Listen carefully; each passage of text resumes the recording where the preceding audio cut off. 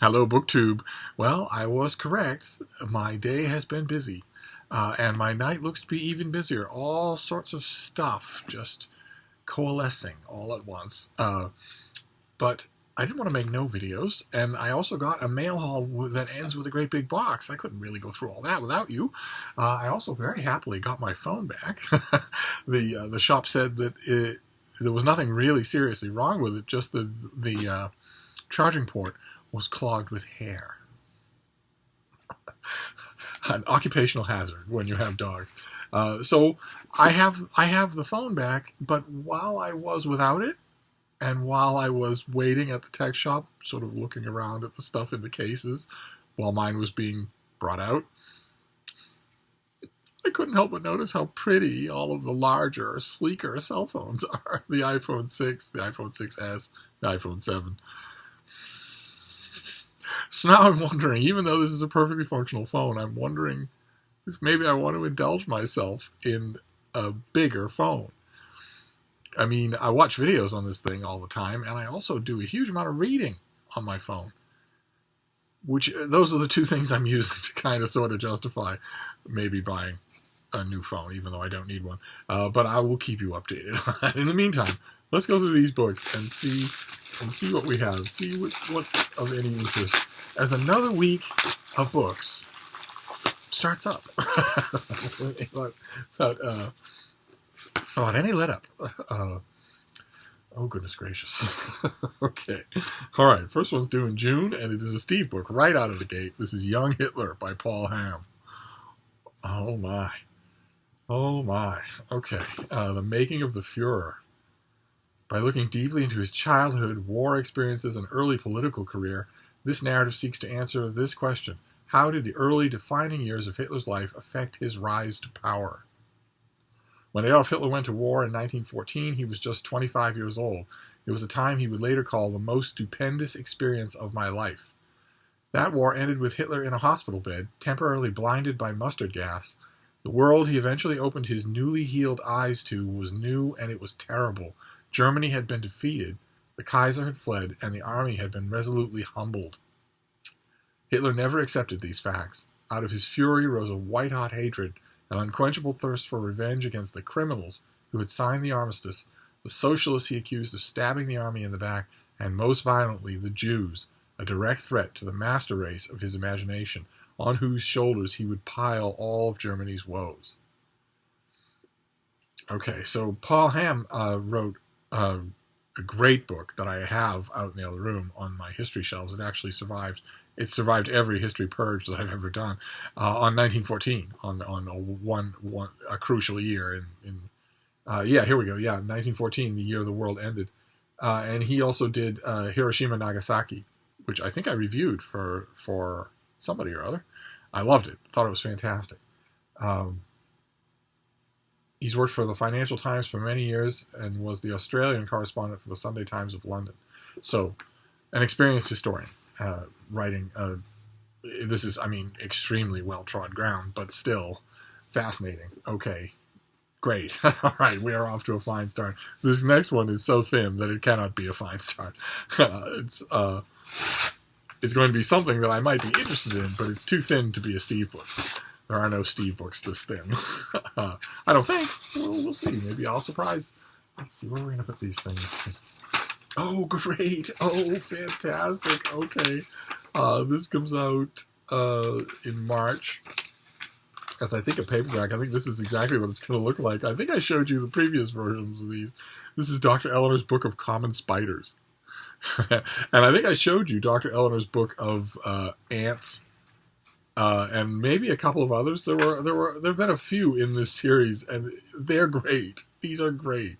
I don't exactly know who they're for. I don't know if they're intended for a younger audience or not, but they're great. They're just terrific. They certainly don't betray anyone's. They don't dumb anything down. But the books just go through the common barn spider. They go through just a handful of the common examples of these wretched animals. The ants one was just terrific. And They go through a handful of them, Dr. Eleanor does, and then describes their habits and whatnot. And it's terrific. They're just terrific as far as popular natural history goes. So, shows you what I know. So there you go. That's pretty much a Steve book. Now, what have we got here? This also is kind of thin. Oh, fantastic. Okay. I think I showed this on this channel before. This is a paperback original, another paperback original due in March. This is Holmes Untangled by Gordon McAlpine. This is Sherlock Holmes, now in his 70s, retired from investigations and peaceably disguised as a professor at Cambridge, is shaken when a modestly successful author in his late 60s named Arthur Conan Doyle calls upon him at the university. This Conan Doyle, notable for historical romance stories, science fiction, and a 3-volume history of the Boer War, but no detective tales, somehow knows of the false professor's true identity and pleads for investigative assistance. Someone is trying to kill him. Who? Why? Good questions, but what interests Holmes most is how this middling scribbler ascertained his identity in the first place. Intrigued, Holmes takes the case. Now, I absolutely love when authors play around with Holmes that way. I love the fact that his mythology can easily withstand it. So this is exactly the sort of Holmes pastiche novel that I absolutely love. I love the faithful ones, too. Very much, especially if they have a kind of spirit to them. But stuff that plays around with the canon like this, usually love it. Not always the case. Let's see here. What's this next one? Oh, great. Okay. This is the finished copy of something that comes out in early March. We've seen it on this channel before. This is Alma Katsu's The Hunger. Or maybe we haven't seen it. That is a covered wagon on a vast plain. Evil is invisible, and it is everywhere. That is the only way to explain the series of misfortunes that have plagued the wagon train known as the Donner Party. Oh no, we haven't seen this. Ooh, Steve's intrigued. Steve knows everything there is to know about the Donner Party. Depleted rations, bitter quarrels, and the mysterious death of a little boy have driven the isolated travelers to the brink of madness. Though they dream of what awaits them in the West, long-buried secrets begin to emerge, and dissent among them escalates to the point of murder and chaos. They cannot seem to escape tragedy, or the feeling that someone or something is stalking them. Whether it's a curse from the beautiful Tamsin Donner, who some seem to think is a witch, or the ill-advised choice of route through uncharted terrain, or just plain bad luck, the 90 men, women, and children of the Donner Party are heading into one of the deadliest and most disastrous Western adventures in American history. As members of the group begin to disappear, the survivors start to wonder if there is really something disturbing and hungry waiting for them in the mountains, and whether the evil that has unfolded around them may have in fact been growing within them all along. Okay, I don't remember seeing this as an advanced copy here on this channel. Oh, and I just noticed. I don't know if you're going to be able to make it out here, but there's a blood stain on the covered wagon. It's a little bit melodramatic, but still. So who is Alma Katsu when she's at home? She's the author of The Hunger, The Taker, The Reckoning, and The Descent. She's been a signature reviewer for Publishers Weekly and a contributor to the Huffington Post. She's a graduate with a master's writing program from Hopkins University, Johns Hopkins, and received her bachelor's degree from Brandeis. So she went from Brandeis to Johns Hopkins. Who does that? Okay, so prior to the publication of her first novel, she had a long career as a senior intelligence analyst for several U.S. agencies. Good Lord. And is currently a senior analyst for ThinkTake. Well, okay. I think it's terrible that I don't remember whether we've seen this on this channel before, but I am now enormously intrigued. When did we say this came out? March? Yeah, early March. Okay. Great. Boy, that does seem like piling on to the poor Donners. They weren't unfortunate enough. Now you're saddling them with a supernatural curse. Anyway, I'm a sucker for that sort of thing. So let's see. See what the next one is here. These things makes a mess. What is this? Oh, terrific. Okay, this is the finished copy of something we've seen on this channel before. This comes out at the end of the month. This is by Kevin Toulis, and it's My Father's Wake. How the Irish Teach Us of Life, Love, and to Live, Love, and Die. I never got around to reading the advanced copy, so I'm glad to have this. Great. Death is a whisper for most of us. Instinctively, we feel we should dim the lights, pull the curtains, and speak softly. But on a remote island off the coast of Ireland's County Mayo, death has a louder voice. Each day, along with reports of incoming Atlantic storms, the local radio runs a daily roll call of the recently departed.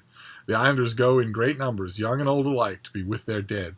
They keep vigil with the corpse and the bereaved company through the long hours of the night. They dig the grave with their own hands and carry the coffin on their shoulders. The islanders cherish the dead, and amid the sorrow, they celebrate life too. The classic Irish wake. All right, so it's a finished copy of that. That's great. And then we've got this thing here. One of these pull tab. I mean, this is quite heavy. Could be a finished copy or something. Oh no, it's multiple something. Oh, it's multiple somethings. Oh my, what have we got here? Oh, great. Okay, we've seen this before here on this channel. Angry Robot has me on their list for books. Great. Okay, I love being on their list, and I love reading the books they send, but I got on the list at a discrete point that isn't old enough yet for me to... The problem with reviewing these things is that I often get book 2, book 3, book 4 in a series, and I don't have any others, don't know anything about the series. So let's see what we've got here. The first one is by Sean Grigsby, and it's called Smoke Eaters. Firefighter Cole Brannigan is on the verge of retirement after 30 years on the job, a decade of that fighting dragons. But during his final fire call, he discovers he's immune to dragon fire. It's such a rare power that he's immediately conscripted into the elite dragon fighting force known as the Smoke Eaters. Oh, okay, so he discovers at the end of his career that he's got a valuable talent, too valuable to waste in retirement. Okay, so what I want to know is this the first book in a series? It is. This is a debut. Fantastic. Okay, so that's something I can do something with. And the next one is by Nick Corpron, Queen of the Struggle. It's a geodesic dome on fire, and a were creature of some kind. Okay, so what is this one? Overthrowing the tyrannical Tathadan government should have been cause for celebration.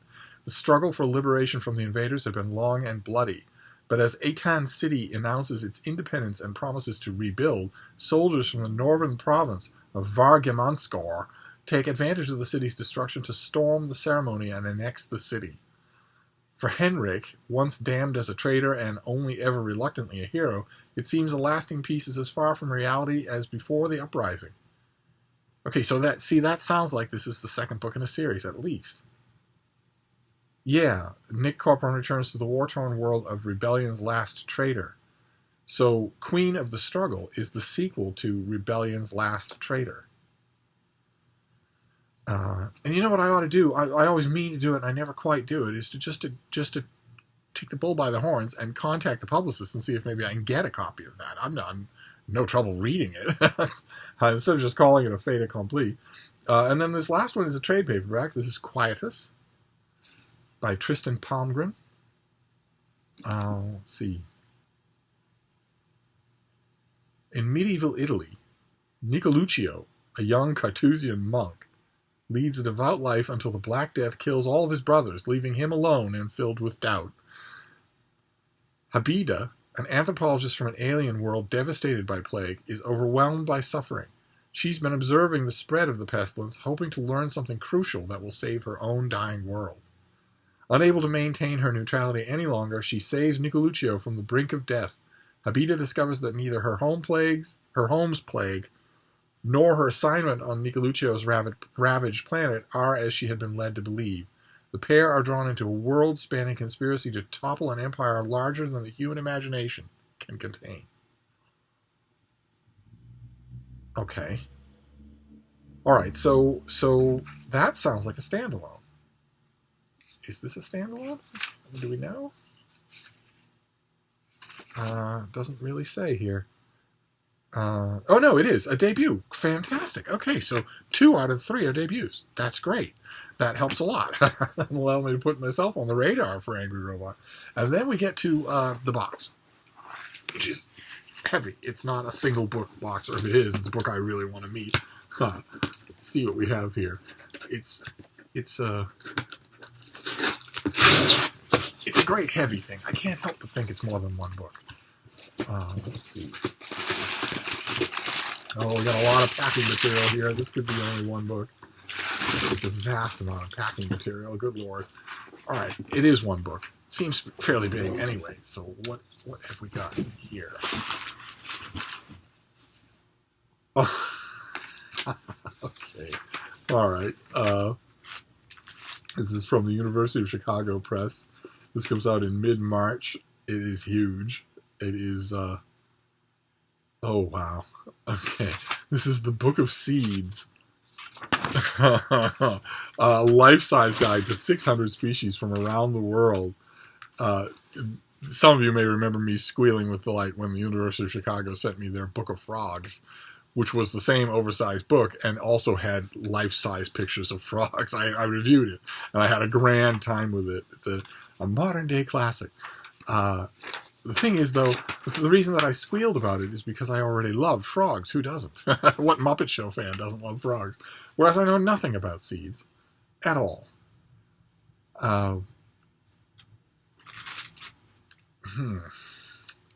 Seeds are nature's consummate survivors. The next time you admire a field of waving green grassland or a stunning grove of acacia, stop to consider how it got that way, often against incredible odds. Seeds can survive freezing temperatures and drought. They can pass through our digestive system without damage and weather a trip across the ocean, hitching a ride on marine debris. They can even endure complete desiccation, a feat taken to extraordinary lengths by the date palm, a seed of which was recovered from the palace of Herod the Great, then germinated after some 2,000 years. All right, well, whoever wrote this is certainly working hard to sell the book. That, I admit, is effective.